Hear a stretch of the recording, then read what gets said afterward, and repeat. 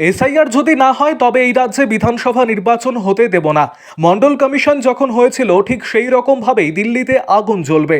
নির্বাচন কমিশন দপ্তরে গিয়ে ধর্নায় বসবো। আমরা জানি না নির্বাচন কমিশন কিভাবে এই রাজ্যে এসআইআর করবে, পুলিশ দিয়ে করবে না সেনাবাহিনী দিয়ে করবে। হুঁশিয়ারি দিলেন ইংরেজবাজার বিধানসভা কেন্দ্রের বিজেপির বিধায়ক শ্রীরূপা মিত্র চৌধুরী। তিনি আরও অভিযোগ করেন, বাংলার বুকে এসআইআর করার দায়িত্ব নির্বাচন কমিশনের। প্রতিটি বুথে 100-200-র ওপর মৃত ভোটার, বাড়ছে অনুপ্রবেশ। নির্বাচন আসলে রক্তাক্ত হচ্ছে বাংলা। এই পরিস্থিতিতে আমরা এই বাংলায় এসআইআর চাই।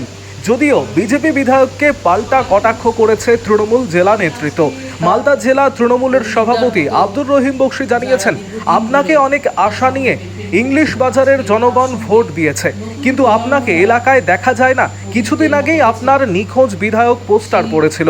উত্তরপ্রদেশ থেকে গুজরাট এই সমস্ত রাজ্যে ভোটের সময় এসআইআর করা হলো না কেন?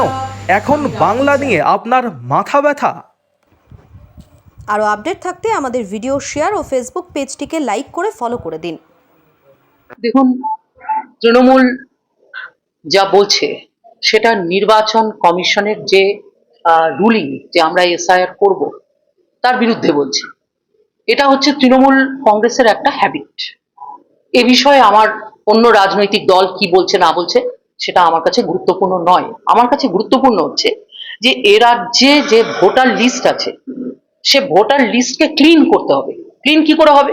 মৃত ভোটার, ডাবল ভোটার, এখানে ভোটার, অন্য জায়গায় ভোটার, এগুলোকে যদি আমরা ডিলিট করতে না পারি এবং নতুন ভোটার, বৈধ ভোটার তাদেরকে যদি আমরা ইনক্লুড করতে না পারি, তাহলে ভোটটা কারা দেবে? ভোট দিয়েই তো, জনমতের মাধ্যমেই তো সরকার তৈরি হয়।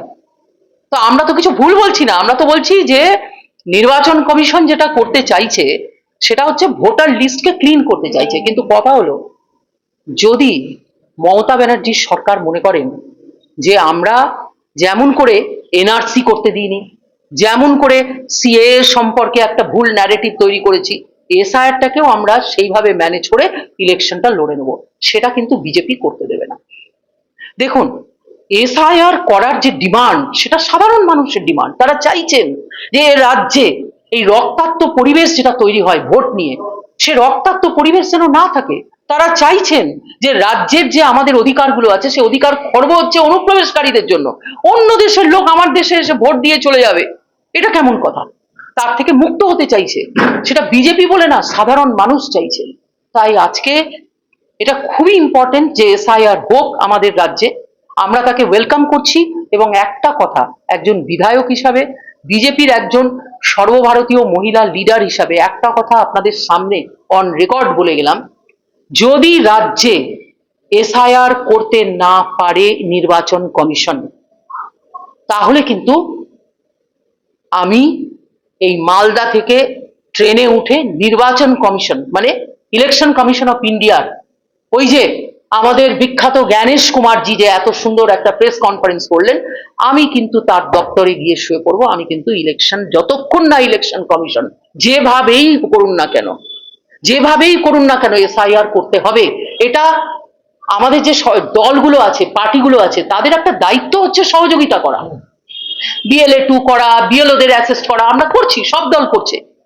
কিন্তু কেউ যদি মনে করে যে ভায়োলেন্স করে, সন্ত্রাস তৈরি করে, আগুন জ্বালিয়ে আমরা এসআইআর হতে দেব না, এই মুদ্দাতে আমরা সফল হয়ে যাবে, তাহলে কিন্তু দিল্লির বুকে মন্ডল কমিশনের সময় যেরকম মানুষ নিজেদের গায়ে আগুন জ্বালিয়ে মরেছিল, সেই রূপ কিন্তু আবার আপনারা দেখতে পাবেন।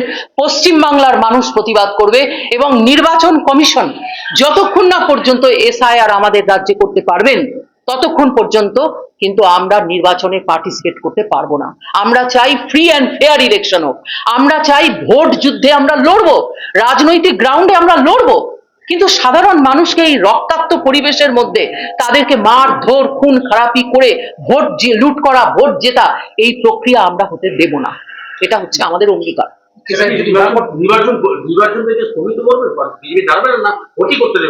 দেখুন, নির্বাচন কমিশনের দায়িত্ব হচ্ছে যেটা ওনারা ডিক্লেয়ার করেছেন যে পশ্চিমবাংলা এবং অন্যান্য রাজ্যে এসআইআর হবে।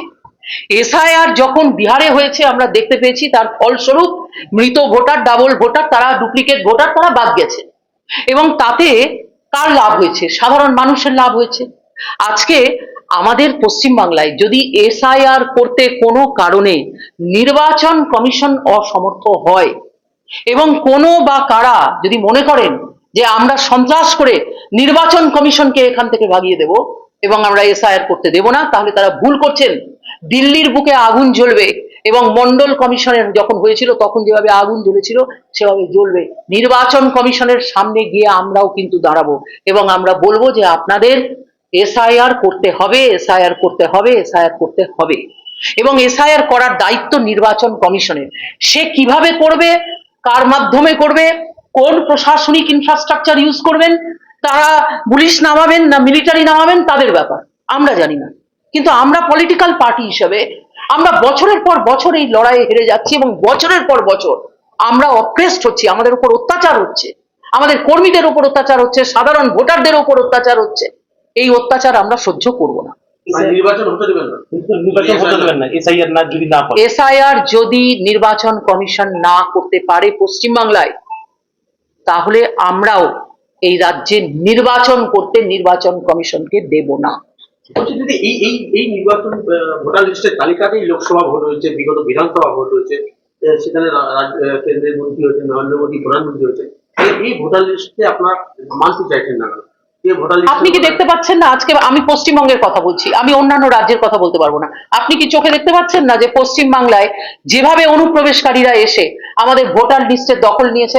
আপনারা কি দেখতে পাচ্ছেন না যে এক একটা বুথে 70, 75, 100, 200-র উপর মৃত ভোটাররা রয়েছে?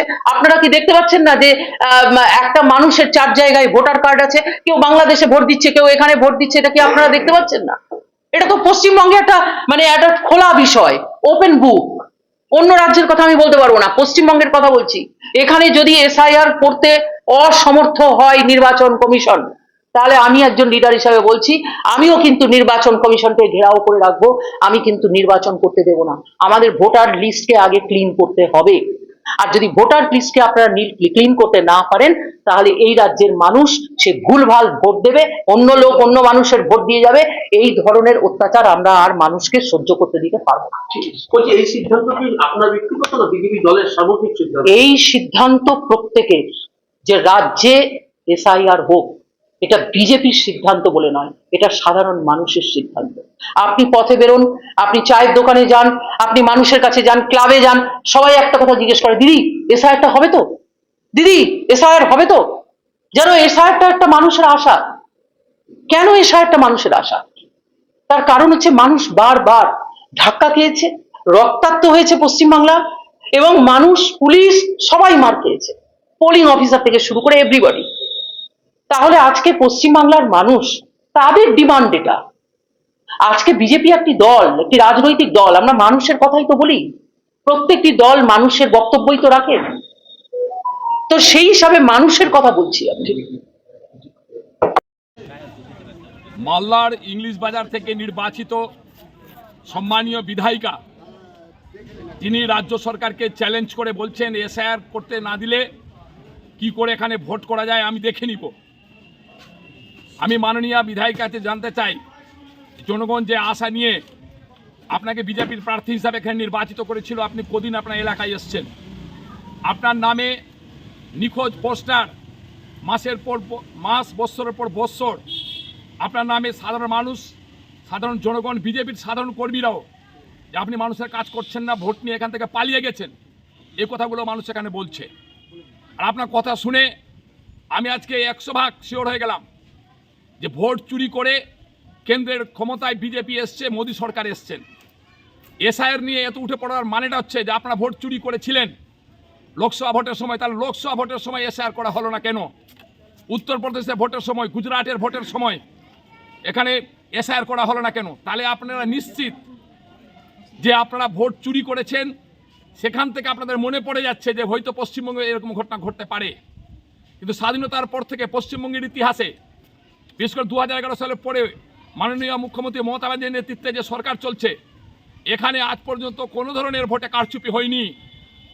আর আগামী দিনেও 2026 সালেও জনগণের সমর্থন নিয়ে মমতা ব্যানার্জি ক্ষমতায় আসবেন। আপনাদের মতো ভোট চুরি করে ভারতবর্ষের প্রধানমন্ত্রী ক্ষমতায় আসবেন না। আপনারা আতঙ্কিত কারণ আপনারা ভোট চুরি করেছেন, তাই আজকে এসআইআরের জন্য এত পাগল হয়ে গেছেন। মুখ্যমন্ত্রী নিরপেক্ষ ভোট করবেন, সমস্ত জনগণ ভোট দিবে এবং 2026 সালে পুনরায় মুখ্যমন্ত্রী ক্ষমতায় আসবেন।